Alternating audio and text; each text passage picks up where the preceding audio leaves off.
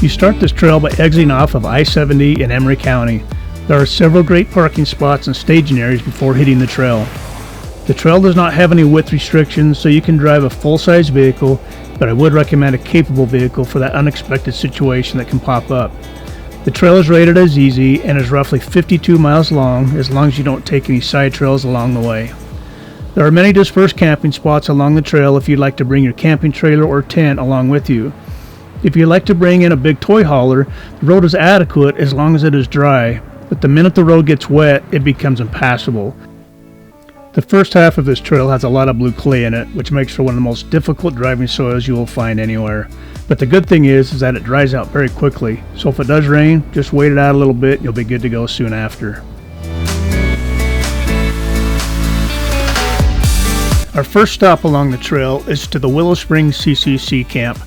This was established by an act of Congress in 1933 in response to two serious national problems: massive unemployment caused by the Great Depression and the deteriorating condition of public lands. Most of the nearly 3 million enrollees were young men between the ages of 18 and 25 whose families were receiving government relief at the time. They were enrolled for a 6-month period and were provided with room, board, and clothing, plus $30 a month. The Willow Springs camp started in November of 1938 and continued to 1942. The camp had approximately 200 men. The camp had approximately 23 buildings, a baseball diamond, a track, a clay tennis court, and a library.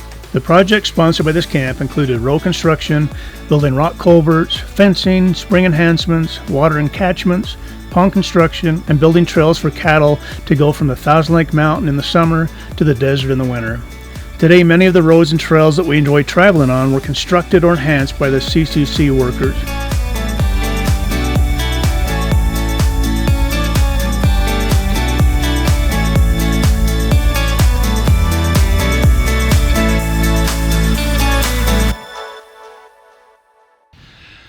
So behind me, you can see we're actually looking south down on the San Rafael. We are on the very west side of the entire San Rafael area. So the mountain range you see kind of behind me in the distance there, that's the Thousand Lake Mountain, part of the Fish Lake National Forest. If you were to continue south, you're going to go right into Capital Reef National Park. So this is just to kind of give you an idea of the layout. This is kind of the first level right here that we drop off, and we're going to do another one. But this gives you kind of an overview of where we're riding today.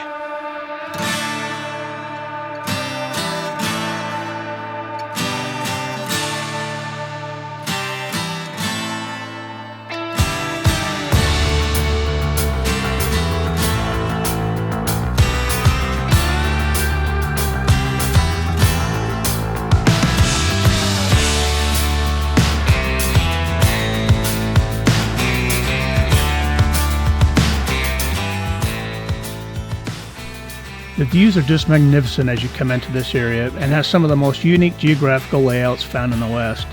The San Rafael area is vast and has as much color as you'll find in Utah. The more you explore, the more exciting places you'll find.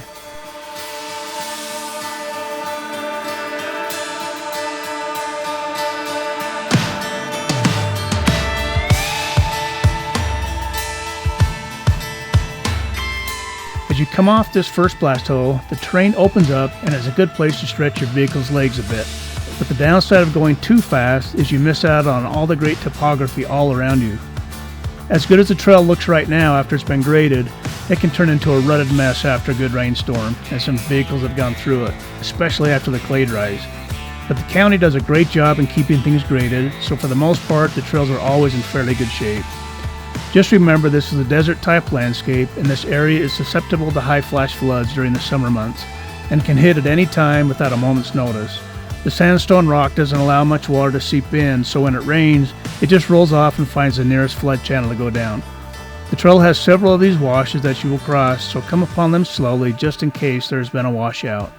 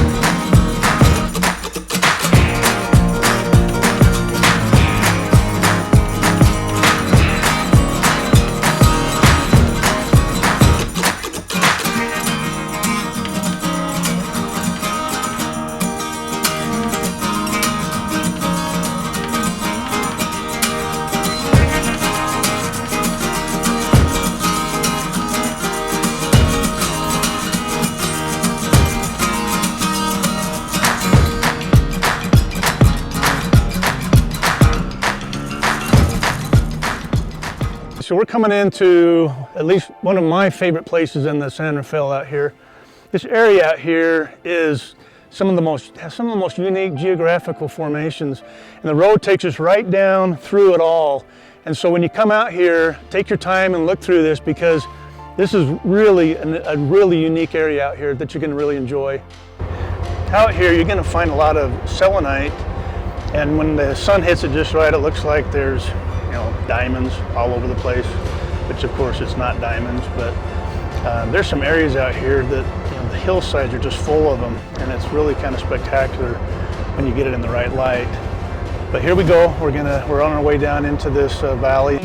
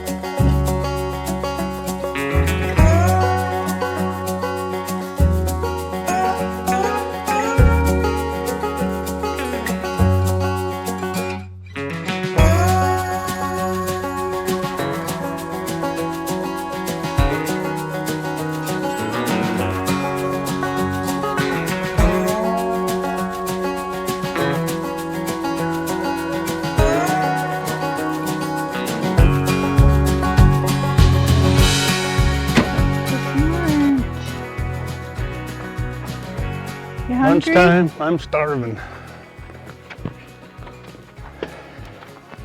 Duke, you hungry?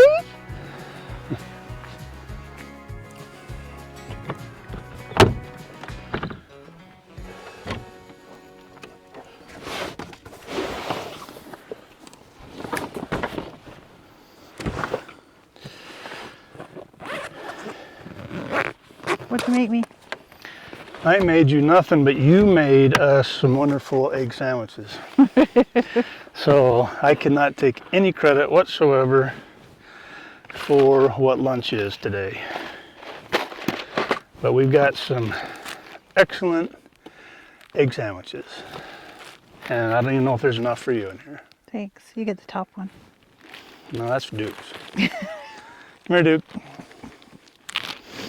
You want some sandwich, buddy? Let me eat it first. He doesn't want any egg sandwiches today. Yes, he does. Go being a baby. Christmas. Oh, now he does. He's a pampered dog that has to have his food prepared for him. Wonder where he gets that from. Not from me. Wait, it could be from me. You just said I'm pampered, and you had to have I your like my food prepared for you. Prepared.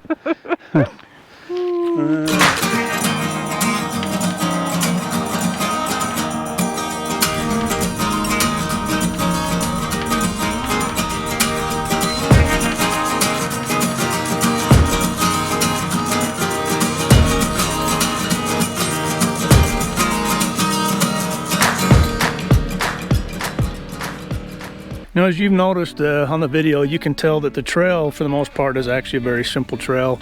Two-wheel drive pretty much all the way.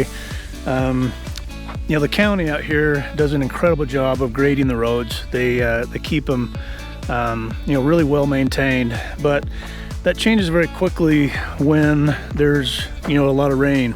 This place is very susceptible to a lot of flash flooding, and there's probably a dozen or so washes that you have to cross on this road. As you can see kind of behind me, this wash here, you know, right now it's graded, so it's really simple to come across. But as soon as it, you know, rains or even if it was a few days ago, a lot of times these washes have not been graded, and you know, you might find drop-off ledges, you know, to get into them and to climb back out of them, and that's going to require a four-wheel drive, sometimes you know, with larger tires. So this trail, you know, it kind of goes from really simple, really basic, you know, really, you know, no fancy equipment needed. You know, a lot of, you know, passenger vehicles can get through here, but the second that it storms, that changes everything. With all the blue clay in the soil, it makes a mess out here. It's almost like silicone and glue and mud all mixed together, you know, when that happens. So just be prepared for the unknown on these washes. The roads, for the most part, you're not ever going to have a problem with, but these washes can really cause havoc after a rain. So just keep that in mind with what vehicle you're choosing to bring out here.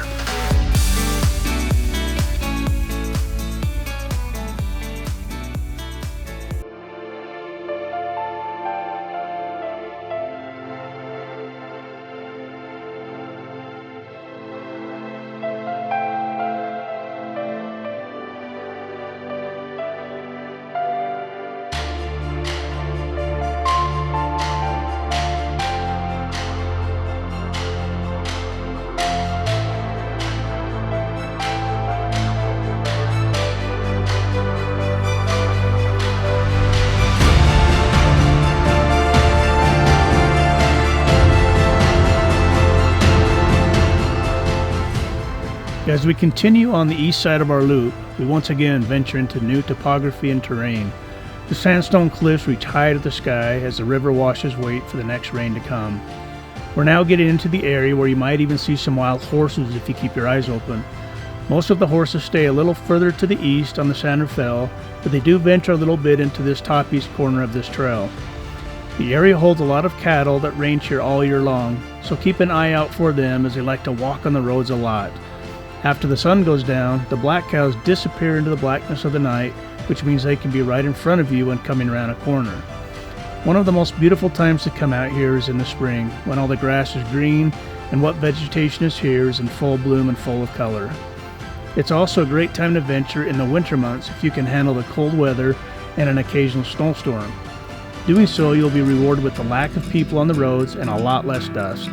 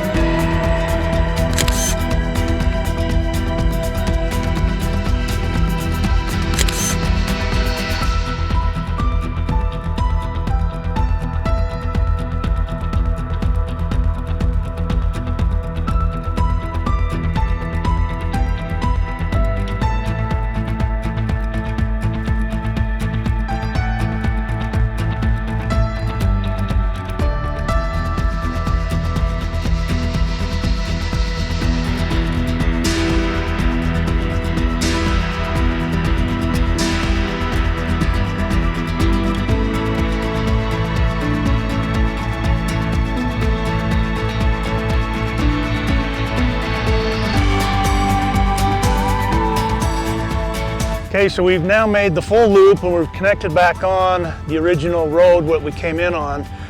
You can go either way, you can go clockwise or counterclockwise, but this is kind of the joining force where you come back to the main road. Now, one of the things you want to keep in mind is there's a lot of trails out here, a lot of roads. I mean, there's thousands of miles. You need to make sure you bring a good GPS unit of some form like Gaia or Onyx or something, you know, or a really good map, because you might end up getting lost with all the roads that are out here. So keep track of that. I hope you enjoyed coming along with us today, and we will see you on the next one.